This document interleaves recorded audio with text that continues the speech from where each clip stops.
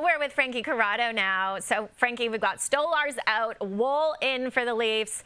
Does Craig Berube need to adjust the Leafs' game plan, or is this simply a next man up mentality for the Leafs? This is a next man up mentality for the Toronto Maple Leafs. They don't have to change the thing about the way they play, because the way they play, well, we've seen it, Sarah. It's different than how they have played in years past, and I'll try and simplify it this way.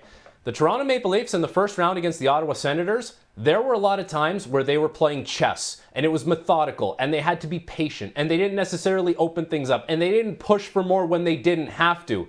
Well, why not play that exact same way in front of Joseph Woll? Why would you revert back to maybe the way they had played in the past, where it's checkers, and I'll take one for one, and I'll try and open things up, and I'll try and get overly aggressive? So with Joseph Woll in the net, there should be a level of confidence in his ability based on what he's done in the playoffs in years past, what he did in the regular season when Anthony Stolarz was out, to know that if you continue playing the type of game that you played early in Game 1 and for the most part in that first round series against the Ottawa Senators, you will put your goaltender in a good position to succeed. They just can't veer away from that, and they can't let Florida take them off their game. But the Toronto Maple Leafs don't have to change anything about the way they've been approaching the game in these playoffs. It's status quo. They just have to be consistent in what they're doing.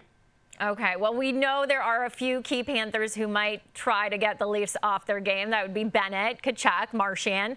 Now, the Panthers were aggressive in Game 1, and we know that's going to continue. When it comes to the physicality that's right on the line, Frankie, what's the better course of action for the Leafs? Is it to engage or ignore?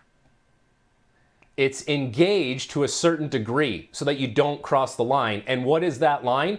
Don't let it become retaliatory in nature so that you're putting your team potentially at a disadvantage. That's the game that the Florida Panthers want to drag you into. They want to take an inch and they want you to go to mile, and you take the penalty and you put yourself at a disadvantage. So Toronto has to be willing to engage. That comes with the territory of playing against the Florida Panthers. If you want to completely ignore it, they'll run you right out of the building. The key for Toronto is to make things so fast that Florida is the team playing catch-up, because Toronto's a faster team than the Panthers. But when things get bogged down and things feel slow, that's when the Panthers can drag you into their game. And there's going to be a lot of talk about Sam Bennett, and all eyes are going to be on him. If you want to go challenge him to a fight, by all means, go challenge Sam Bennett to a fight. He's a big boy. He'll probably answer the bell. But outside of that, you take your licks on him when you can. You give him the odd shot, when you can, a little bit of that gamesmanship, and you play your game and you try and get a win. So you can't completely ignore things. You do have to engage to a certain degree, but it can't become this retaliatory in nature procedure that eventually puts you at a disadvantage and plays into the game plan of the Florida Panthers. You are so right about that, Frankie. And Scott Lawn, he was asked about how Leafs should respond to the Panthers.